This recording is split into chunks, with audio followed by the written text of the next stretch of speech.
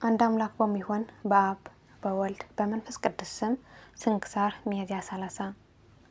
በዚች ቀን ለእስክንድርያ ሊቀ ጳጳሳት አለቃ የሆነ ወንጌል የጻፈ ሐዋርያው ቅዱስ ማርቆስ በሰማዕትነት አረፈ።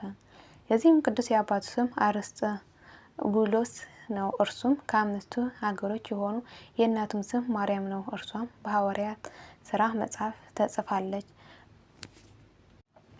እርሱም አስቀድሞ ስሙ ዮሐንስ ነው። በግብረ ሐዋርያት ማርቆስ በተባለ በዮሐንስ እናት ቤት ሐዋርያት ይጸልዩ ነበር ተብሎ እንደተጻፈ እርሷ ባለጸጋ ነበረችና የዮናውያን የሮማይስጥን የዕብራይስጥ ትምህርት ለልጇ ለማርቆስ አስተማረችው። ባደገን ጊዜ በርናባስ ወንጌልን ለመስበክ ከጳውሎስ ጋር ሲሄድ ይዞት ሄደ።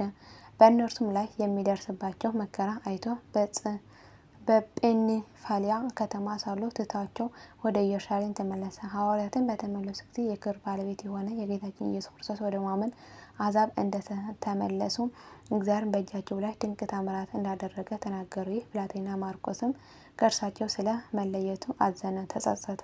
ከዚያም አብሯቸው ሊሄድ ፈለገ። አስቀድሞ ትቷቸው ስለተመለሰ ጳውሎስ ሊያስተውለው አልወደደም። በርናባስ ግን ወስደው አጎቱ ነውና በርናባስም ካረፈው በኋላ ወደ ሮሜ ሀገር ወደ ቅዱስ ጴጥሮስ ሄዶ ለእርሱ ደቀ መዝሙር ሆነ። በዚያም ቅዱስ ጴጥሮስ የተረጎመለትን ወንጌል ጻፈ። በሮሜ ሀገርም አስተማረበት። ከዚያም በክብር ባለቤት በጌታችን በኢየሱስ ክርስቶስ ትእዛዝና ሐዋርያትም ትእዛዝ ወደ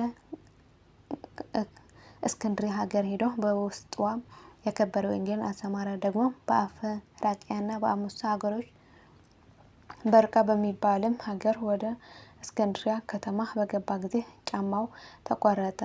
በዚያ በከተማው መግቢያ ጫማ ሰፊ ነበረ። ቅዱስ ማርቆስም እንዲሰፋለት ለእርሱ ሰጠው። ሲሰፋም ጣቱን ወግቶ ሰነጠቀው፣ ከእርሱም ደም ፈሰሰ። በዮናኔ ቋንቋ ኢታስታይኦስ አለ። ተርጓሚው አንድ እግዚአብሔር ማለት ነው። ቅዱስ ማርቆስም ስሙ የምጠራበት አውቃው ነው አለው። እንጠራዋለን እንጂ አናውቀውም አለ። እግዚአብሔር ሰማዩን ምድርን ከፈጠረበት ጊዜ ጀምሮ አባታችን አዳም ትእዛዙን እንደተላለፈ የጥፋት ውሃ እንደመጣ ሙሴም እንደተላከና እስራኤልን ከግብጽ እንዳወጣቸው ሕግንም እንደሰራላቸው ናቡከደነፆርም ወደ ባቢሎን ማርኮ እንዳወሰዳቸውና ከሰባ ዓመት በኋላ ወደ ሀገራቸው ኢየሩሳሌም እንደተመለሱ ክርስቶስ ሥጋ ክርስቶስ ሥጋ በመልበስ ወደ ዓለም ስለመምጣቱ ነቢያት ትንቢት እንደተናገሩ ያስተምር ዘንድ ጀመረ። ከዚያም በኋላ ወደ ምድር ምራቁን ትፍ ብሎ ጫማ አድርጎ ጣቱን ጭቃ አድርጎ ጣቱን ቀባው። ወዲያውኑ ዳነ፣ በጌታም አመነ።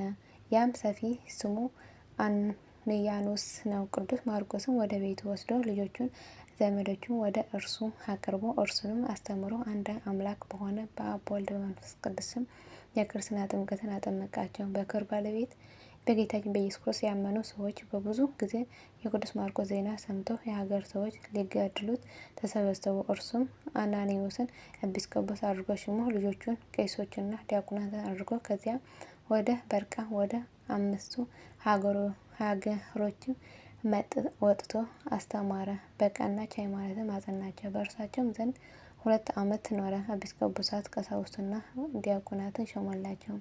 ከዚህም በኋላ ወደ እስክንድርያ ተመለሰ። ምዕመናንም ተጨምረው በዝሙት በታላቁ ቦታዎቹ ሁሉ በባህሩም ዳር በላሞቹ መካከቢያ በሚባለውንም አብያተ ክርስቲያን ሰርተው አገኛቸው።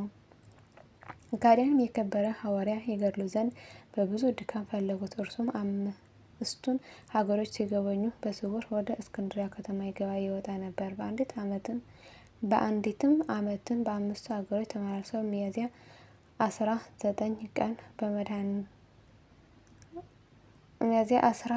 ቀን በመድኃኒታችን የትንሣኤ በዓል ወደ ቤተክርስቲያን ገባ። ሕዝቡንም ሁሉ በዙሪያው አሉ። ከሃዲያን ወደ ቤተክርስቲያን ገብቶ በአንገቱ ውስጥ ገመዶችን አድርጎ በከተማው ሁሉ ጎተቱት። እነርሱ ገና እንደ ፋየል ሙኩት አንገታቸውን እንጎትተዋለን እያሉ ይጮሁ ነበር። በላሞቹ መካቢያና በሀገሪቱ አደባባይ በከተማውም ዙሪያ በየቀኑ ሲጎትቱት ዋሉ። ሌሊትም በሆነ ጊዜ የክብር ባለቤት ጌታችን ኢየሱስ ክርስቶስ ከሐዋርያት ጋር በነበረበት አርአያ ሆኖ ተገለጠለትና ሰላምታ ሰጥቶ አጽናናው፣ ቃል ኪዳን ሰጠው። እነሆ አንተ ከወንድሞች ሐዋርያት ጋር ተካክለህ አለው። እርሱም በልቦናው ፈጽሞ ደስ አለው። በማግስቱም ሁለተኛ ገመዶችን በአንገቱ አድርገው በሀገሮች ሁሉ ጎተቱት። በቀኑ መጨረሻ ነፍሱን አሳልፎ ሰጠ። ከሃዲያዎቹንም ታላቅ እሳትን አነደው። የቅዱስ ማርቆስ ሥጋ ከውስጡ ጨመሩ። በክብር ባለቤት በጌታችን በኢየሱስ ክርስቶስ ፈቃድም ንውጽውጽታ፣ ጨለማ፣ ቀዝቃዛ ንፋስ፣ መብረቅና ነጎድጓድ ሆነ። ፀሐይም ጨለመ፣ ከሃዲዎቹም ሸሹ። ምዕመናንም መጥተው የሐዋርያው የቅዱስ ማርቆስ ሥጋ ወስደው ምንም ጥፋት ሳይደርስበት በደህና ሆኖ አገኙት። በመልካም ልብስንም ገንዘብ በጥሩ ቦታ አኖሩት። መታሰቢያም አደረጉ። ለእግዚአብሔር ምስጋና ይሁን። እኛንም በቅዱስ ማርቆስ ጸሎት ይማረን፣ በረከቱ ከእኛ ጋር ትኖር ለዘላለሙ አሜን።